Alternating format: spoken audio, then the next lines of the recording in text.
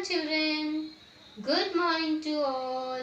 I hope you all are fine. I am your Jaya teacher. Today we are going to learn about rainy season. Rainy season. Today I am going to tell you what do we wear in rainy season. Okay children, what is this? This is a raincoat. What is this? This is a raincoat we wear while going to school. Okay, and this next one is umbrella. What is this? This is an umbrella. Your mummy used na umbrella? This is a rain cap. What is this? This is a rain cap we wear on our head.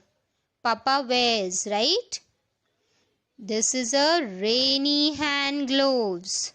Rainy hand gloves we wear because our hand should not get wet. So rainy hand gloves. And what is this? This is rainy boots. We also call them gum boots. This is rainy boots.